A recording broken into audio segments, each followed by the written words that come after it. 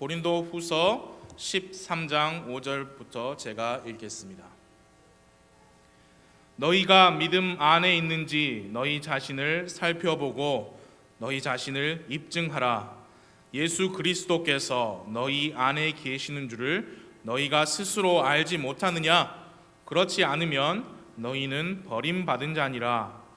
그러나 우리가 버림받은 자가 아닌 것을 너희가 알기를 내가 바라고, 또 너희가 아무 악도 행하지 아니하기를 내가 이제 하나님께 기도하노니, 그 목적은 우리가 인정받은 자로 나타나고자 함이 아니요 우리는 버림받은 자같이 될지라도 너희만은 정직한 것을 행하게 하려 함이라. 우리는 진리를 대적하는 어떤 일도 할 수 없고 오직 진리를 위해서만 할 수 있노라. 우리가 약할 때에 너희가 강한 것을 우리는 기뻐하노라. 또한 우리는 이것 즉 너희의 완전함을 바라노라. 그러므로 내가 떠나 있을 때에 이것들을 쓰는 것은 주께서 무너뜨리는 데 쓰지 말고 세우는 데 쓰라고 내게 주신 권능에 따라 너희와 함께 있을 때에 엄하게 대하지 아니하려 함이라. 아멘. 기도하겠습니다. 하나님, 이 시간 먼저 저에게 주신 하나님의 이 말씀, 하나님께서 복 주셔서 말씀을 제가 잘 선포하고 하나님의 뜻을 이루며 하나님이 원하시는 바가 우리 모두의 마음속에서 일어날 수 있게 되도록 하나님 도와주옵소서. 이 시간 또 말씀을 전하게 되실 담임 목사님 크게 사용하여 주옵소서. 여기 함께 모이신 한 분 한 분 이 시간에 하나님께 마음을 집중하고 말씀을 잘 들을 수 있도록 주 성령님께서 우리 모두를 도와주옵소서. 예수님의 이름으로 기도했습니다. 앉으세요.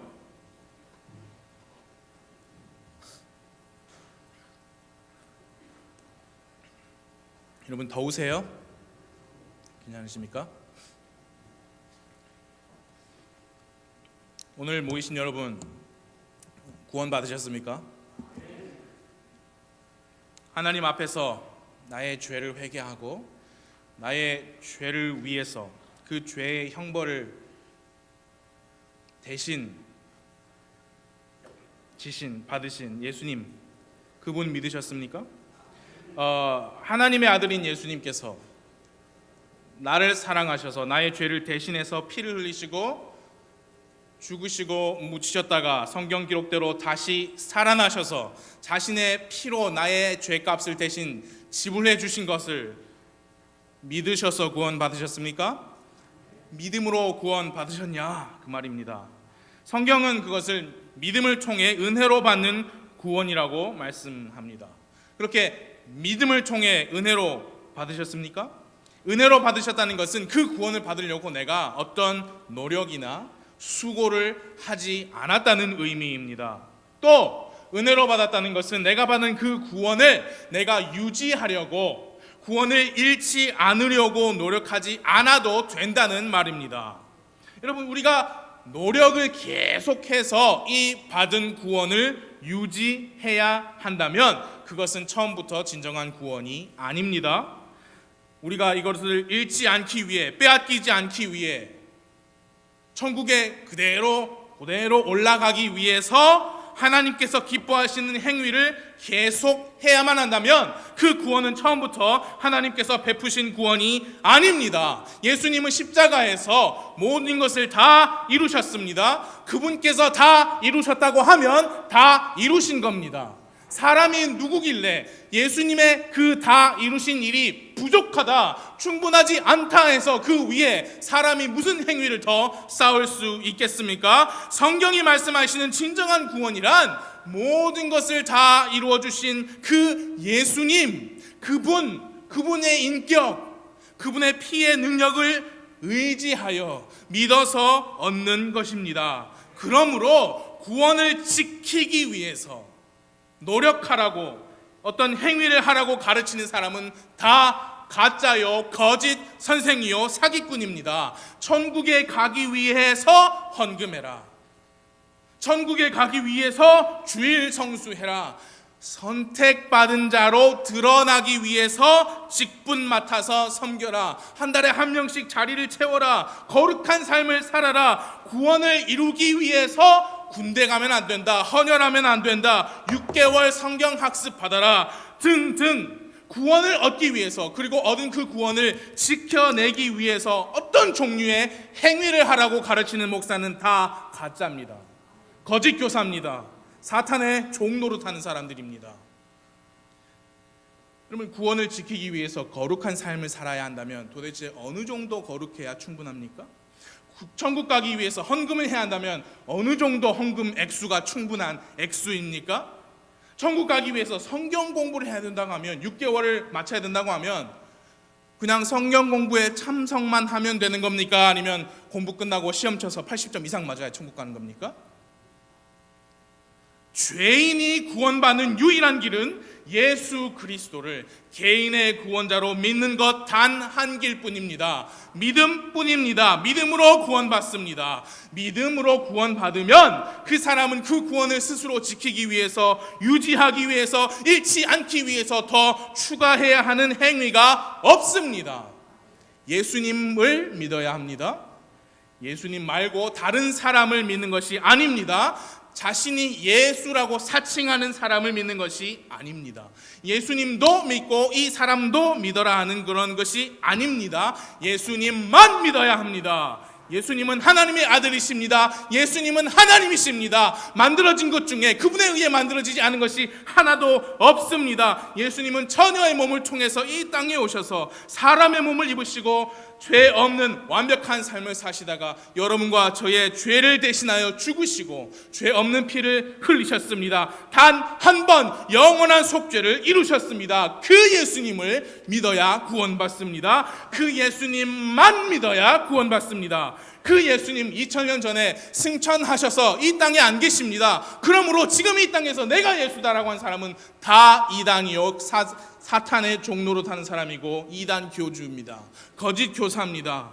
여러분은, 저는 예수님을 개인의 구원자로 주님으로 믿어서 구원받았습니까? 사람에게 있어서 구원보다 더 큰 문제가 없습니다.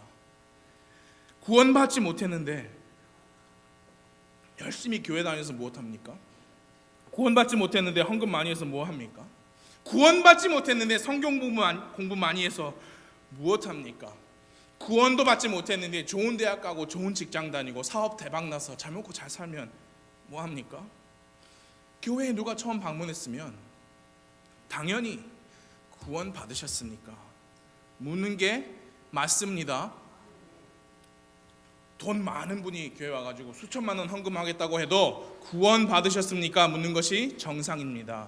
성악가 출신 누가 오셔가지고 특송하겠습니다, 찬양대에 노래하겠습니다 라고 해도 구원 받으신 분입니까? 구원의 확신 있으십니까? 라고 묻는 것이 올바른 순서입니다. 사람들이 당황할 수 있으니 구원 문제 얘기하지 마라. 기분 상할 수 있으니 구원 얘기하지 마라. 천천히 알아가도 되니까 첫날 처음 온 사람에게 구원 얘기하지 마라. 이렇게 하는 목사님들은 하나님의 마음을 가지고 사람의 혼의 영적인 상태에 관심이 있는 사람이 아니라 교인 숫자 늘리는 데만 관심 있는 사람들이에요.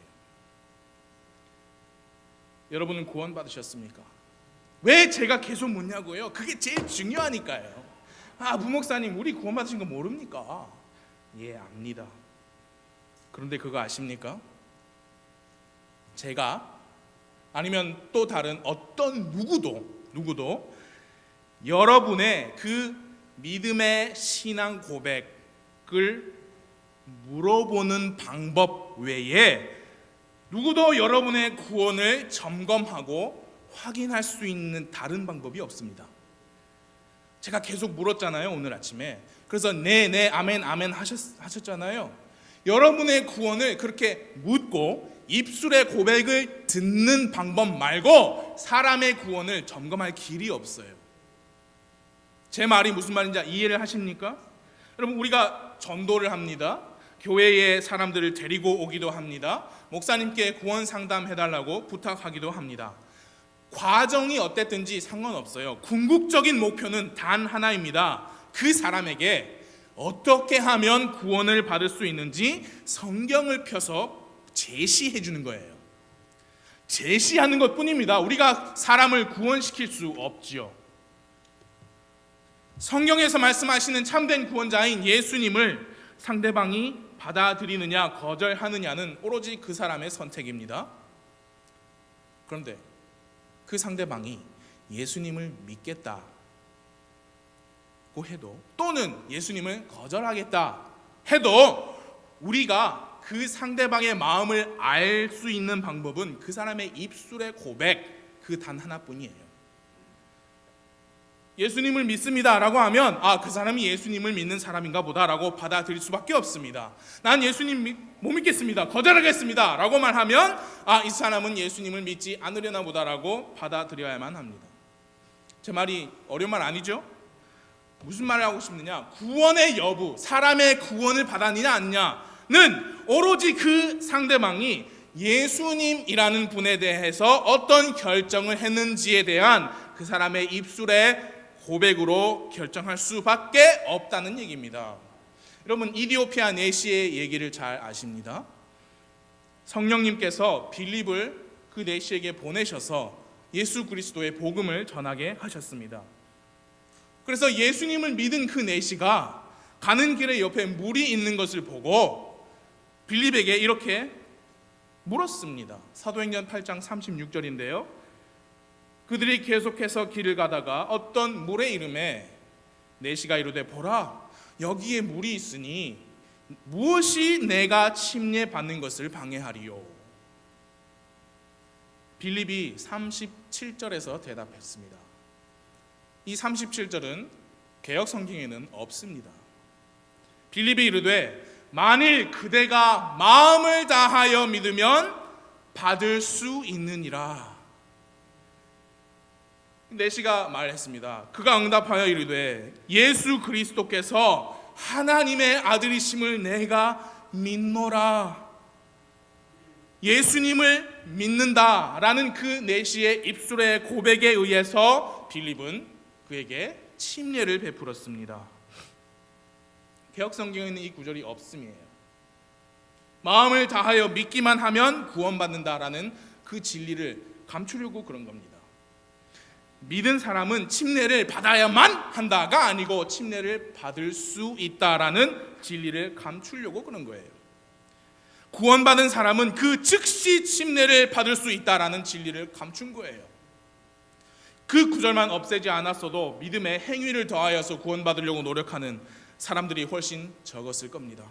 그 구절만 없애지 않았어도 구원받기 위해서 침례까지 받아야만 한다고 잘못 믿는 사람들이 적었을 겁니다. 이 구절만 없애지 않았어도 유아 세례는 없었을 수도 있습니다. 이 구절만 없애지 않았어도 침례를 세례로 둔갑시키지 않았을 수도 있습니다. 이 구절만 없애지 않았어도 침례받기 위해, 세례받기 위해 학습 문답을 통과해야 된다, 그런 어이없는 상황이 오지 않았을 수도 있습니다. 명백히 지금 이런 것들은 천주교의 교리와 행위예요. 그것을 잘 아시면서도 개역 성경을 고집하는 분들은 저는 도저히 성경신자라고 부르기가 힘듭니다. 여러분과 저는 성경신자 맞습니까? 말씀대로 믿는 사람들 맞습니까? 성경 기록대로 죽으시고 묻히시고 다시 살아나신 예수님을 믿어서 구원 받으셨습니까? 아멘 하신 그 신앙 고백, 그거 말고 사람의 구원을 확인하고 점검할 수 있는 길이 없습니다. 사도 바울도 똑같이 질문을 했어요. 오늘 본문의 5절 보십시오. 13장 5절. 거기 앞에 전반부에 이렇게 말했습니다. 너희가 믿음 안에 있는지 너희 자신을 살펴보고 너희 자신을 입증하라. 그렇게 말했어요.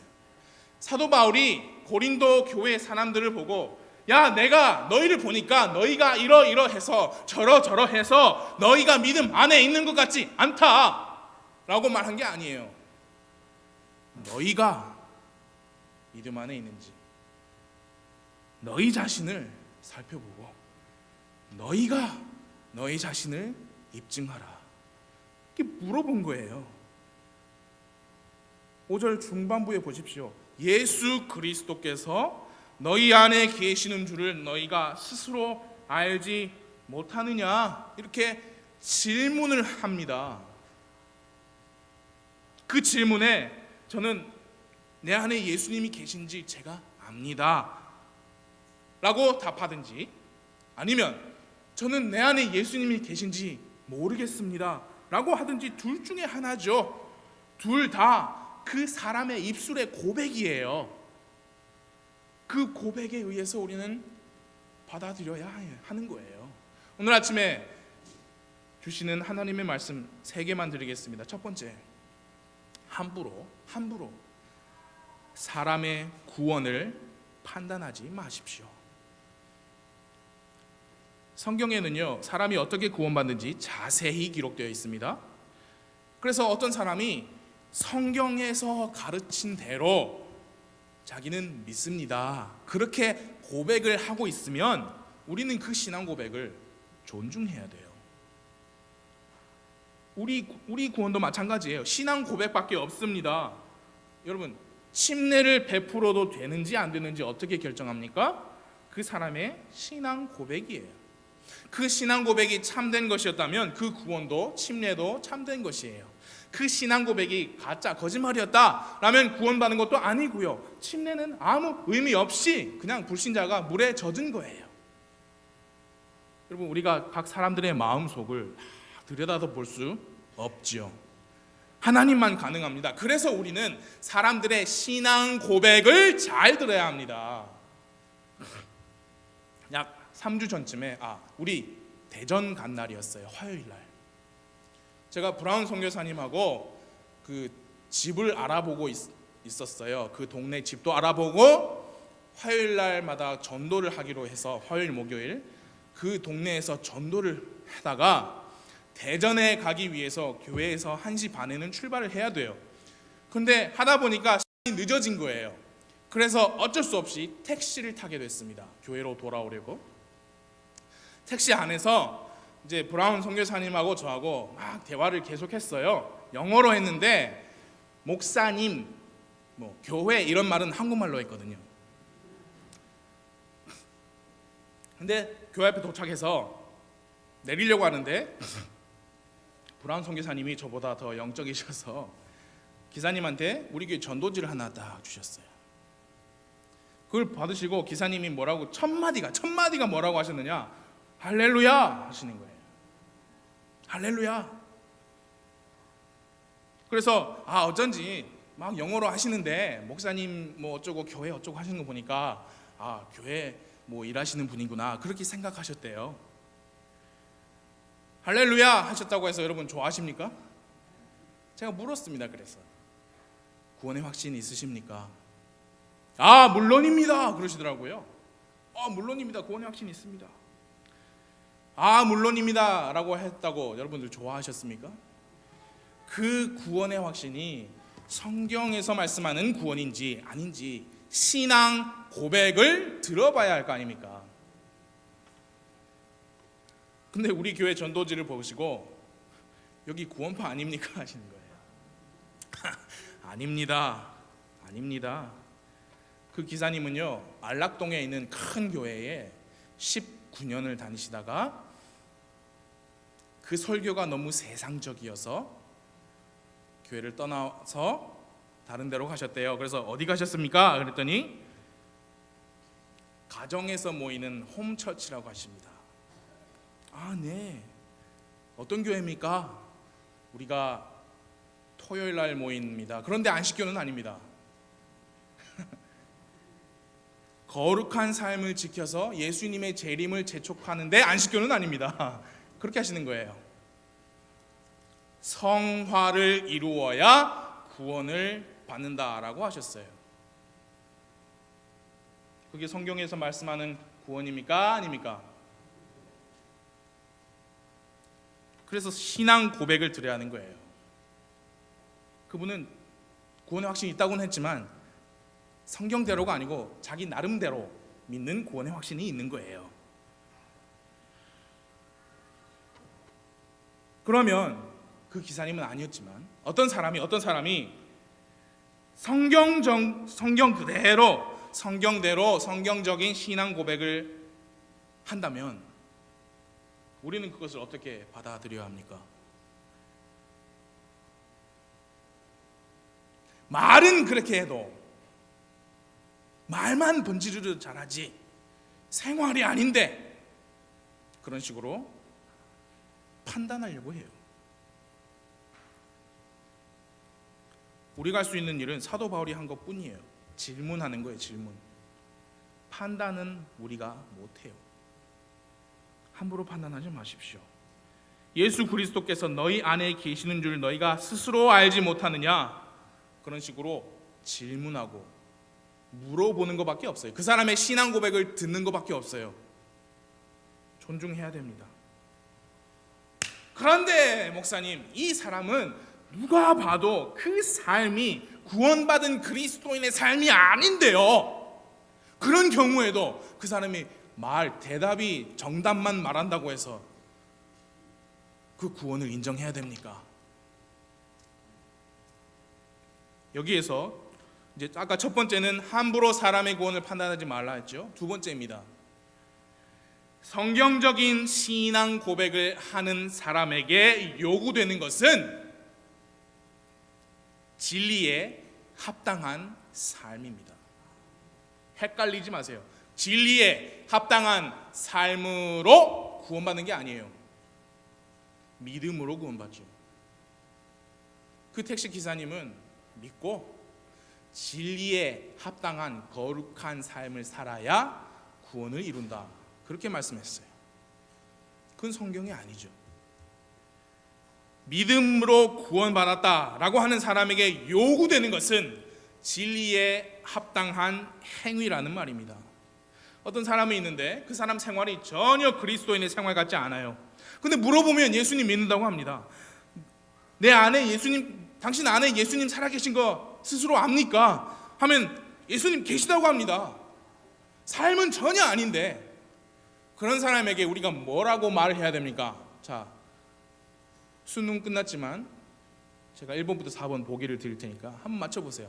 삶이 전혀 아닌데 고백은 구원받았다 해요. 그런 사람에게 우리가 뭐라고 말해야 되느냐? 1번, 선택받은 사람이 그 모양입니까? 내가 볼 땐 선택받은 게 아닙니다. 그게 1번이에요. 2번, 말만 번지르르 하게 하면 뭐합니까? 내가 볼 땐 당신 구원받은 거 아니에요. 그게 2번이었고요. 3번, 예수님을 믿었으면 성경 말씀대로 살아야죠. 삶의 변화가 없으면 믿음이 있어도 천국 못 가요. 침례도 받고 교회도 출석하고 헌금도 해야, 전도도 해야, 직분으로 섬겨야 천국 가지요. 그게 3번이었어요. 마지막 4번, 정답 아시죠? 진실로 예수님 믿었으면 그 믿음 안에서 세워져야 하나님을 기쁘시게 하는 겁니다. 부끄러운 구원이 되지 않기 위해서 하나님과 올바른 관계를 회복하세요. 1번부터 4번 중에 우리 뭐라고 해야 됩니까? 4번입니다. 4번. 그 사람의 구원 맞다, 아니다, 아니야, 그렇게 판단할 자격이 우리에게 없어요. 우리도 똑같이 그런 사람들과 같이 구원을 받아야만 하는 죄인이었습니다. 하나님의 은혜로 구원을 받았습니다. 구원자 하나님만이, 예수님만이 판단하죠. 그 사람 신앙 고백이 성경의 신앙 고백을 하면, 근데 생활은 전혀 아니면 우리는 당신을 위해 목숨까지 내놓으신 예수님을 위해서 살아야 됩니다. 진리에 합당한 삶을 살아야 하나님을 높이고 하나님을 기쁘시게 하는 삶이고 앞으로 보상이 있습니다.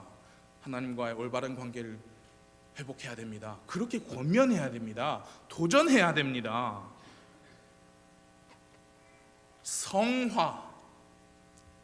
성화는 우리 천국 가기 전에 이 땅에서 조금씩 변하는 건 맞습니다. 그러나 완벽한 성화에 도달할 수는 없어요. 우리가 이 몸 안에 있는 한. 그 완벽한 단계는 예수님께서 공중에 오시든지 해서 우리가 영광스러운 몸으로 변할 때 완벽하게 성화를 이루는 겁니다.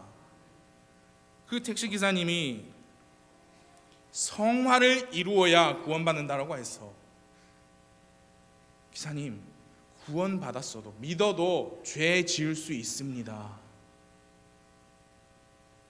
성경에 부끄러운 구원, 불 가운데서 구원받는다, 그런 표현이 있습니다. 그 얘기를 했더니 그분이 뭐라고 하셨느냐, 부끄러운 구원이라는 게 어디 있습니까? 구원은 처음부터 끝까지 영광스러운 겁니다 하시면서 그 이후로는 저와 대화를 하기 별로 원하시지 않는 눈치였어요. 한 사람이 예수님을 구원자로 믿었다고 고백한다면 그 사람의 삶을 들먹이면서 구원을 판단하려 들지 마시고 구원받은 사람답게 살아야 된다고 도전하시고 고면하십시오. 사도 바울은 본문 7절에서 그렇게 고면했습니다. 7절 보여주십시오. 또 같이 읽어볼까요? 시작. 또 너희가 아무 악도 행하지 아니하기를, 그 목적은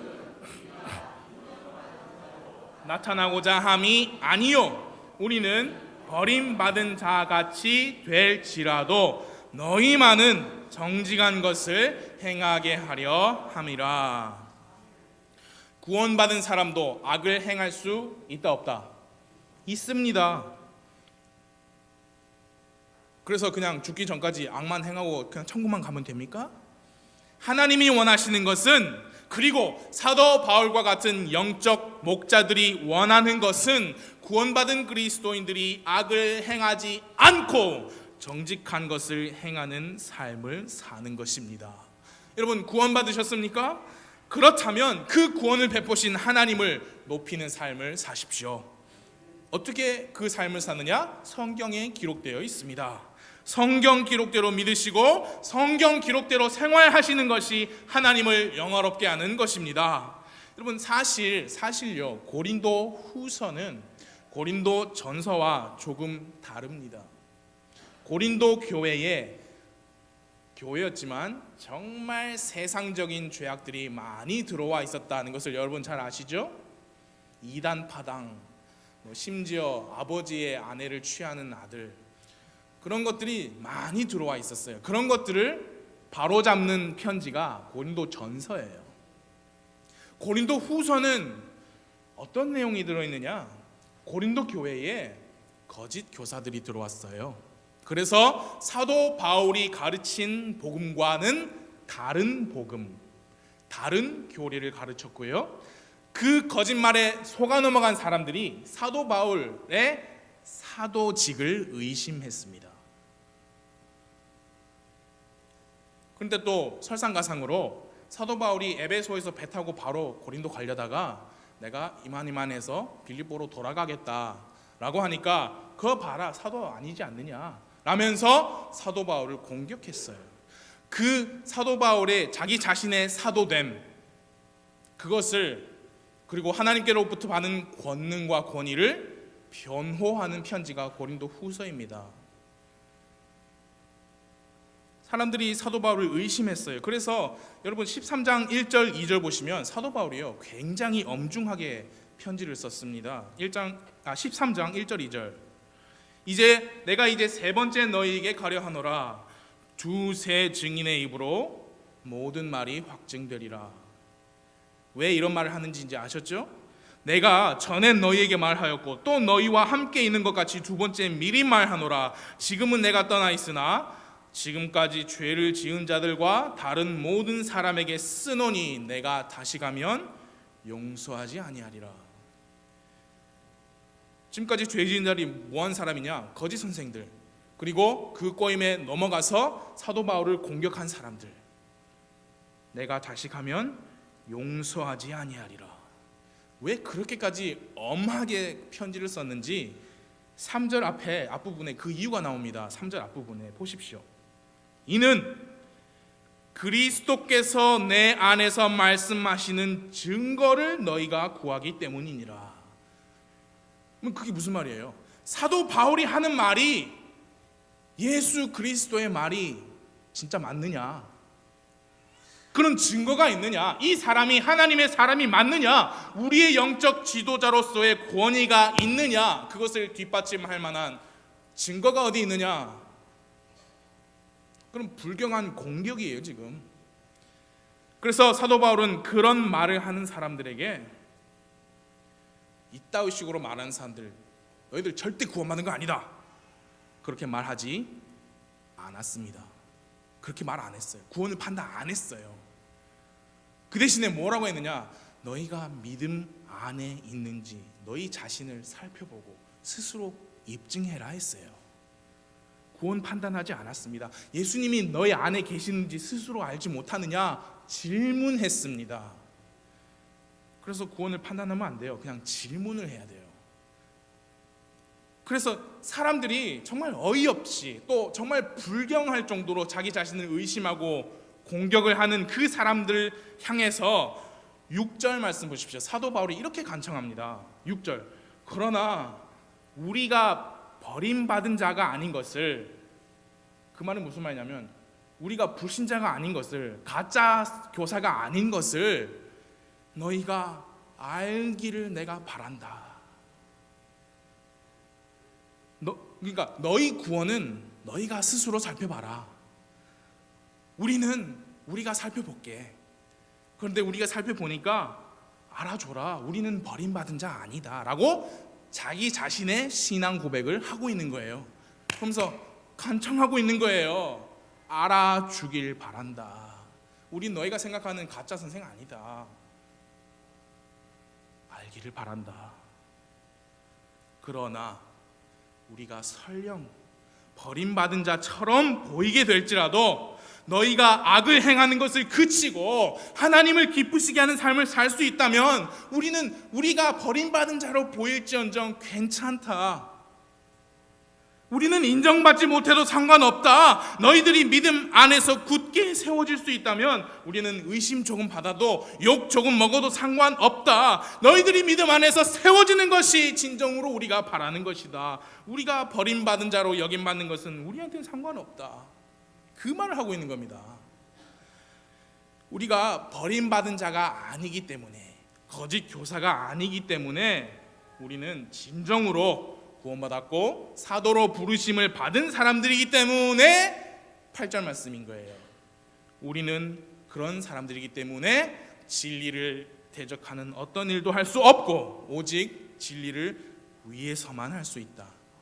그러니까 너희가 걱정하는 악한 일 하는 사람들 아니니까, 설령 우리가 버림받은 자 같이 보여도 우리 걱정하지 말고 악을 행하기를 그만하고 정직한 일을 행하기를 바란다. 사도 바울은 그 편지를 쓰고 있는 겁니다. 첫 번째 말씀, 함부로 사람의 구원을 판단하지 마십시오. 두 번째, 성경적인 신앙 고백을 하는 사람에게 요구되는 것은 진리에 합당한 삶이다. 마지막 세 번째,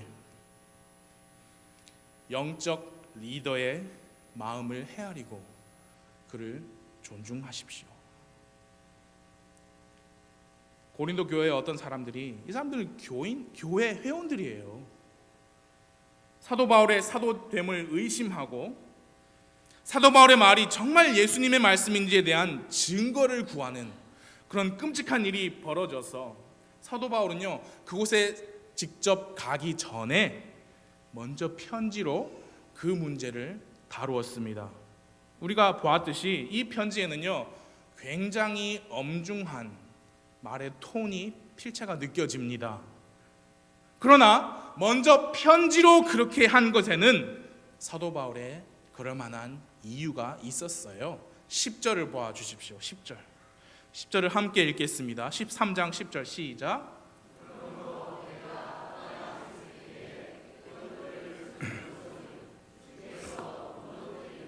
쓰지 말고 세우는 데 쓰라고 내게 주신 권능에 따라 너희와 함께 있을 때에 엄하게 대하지 아니하려 함이라.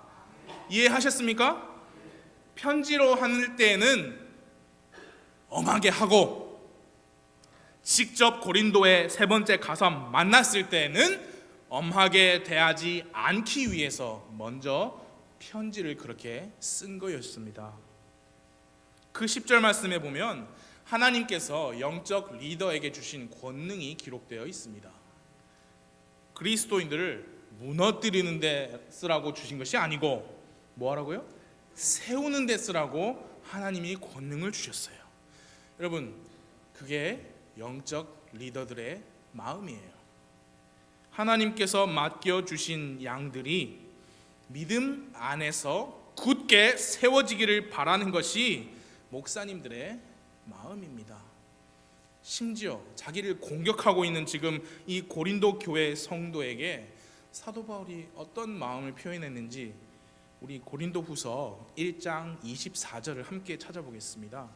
지금 고린도 후서 이 편지는 자기를 공격하는 사람들에게 쓴 편지예요. 그런데 1장 24절에서 뭐라고 했는지 사도 바울이 함께 읽어보겠습니다. 찾으셨으면 1장 24절 시작. 우리는 너희의 믿음을 지배하는 자가 되려 하지 아니하고 오직 너희의 기쁨을 돕는 자가 되려 하나니 너희는 믿음으로 서느니라. 여러분들은 믿음으로 섭니다. 그 믿음 여러분의 믿음이죠. 믿음으로 서야 합니다. 너희의 믿음을 지배하는 자가 되려 하지 아니하고 너희의 기쁨을 돕는 자가 되려 한다. 교회 성도님들 위에 그 위에 마치 왕처럼 군림하는 목사님들이 있습니다.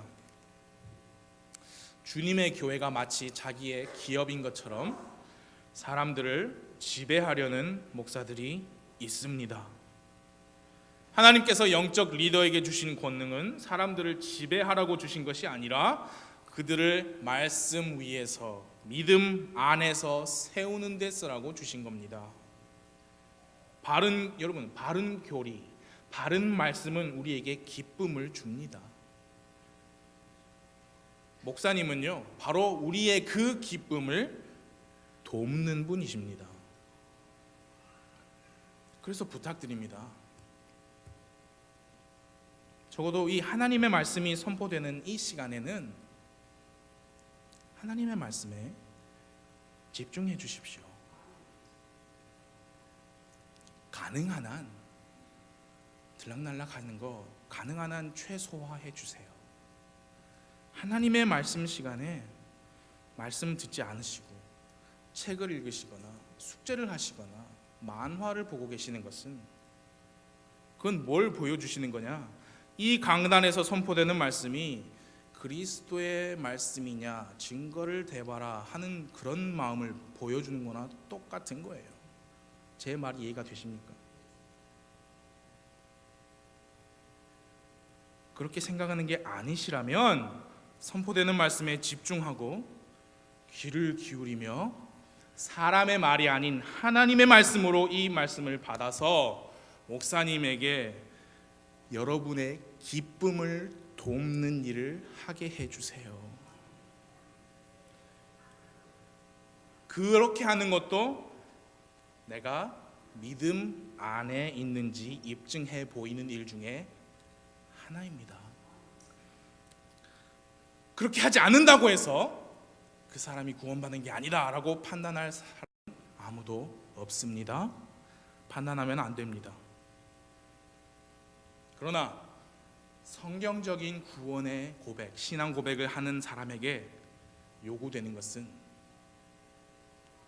진리에 합당한 행위입니다. 믿음 안에 있는지 입증하라. 이 사도 바울의 말씀으로 우리 자신을 살펴보기를 바랍니다.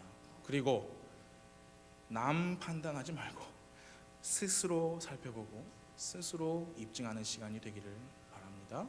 시간 기도하겠습니다.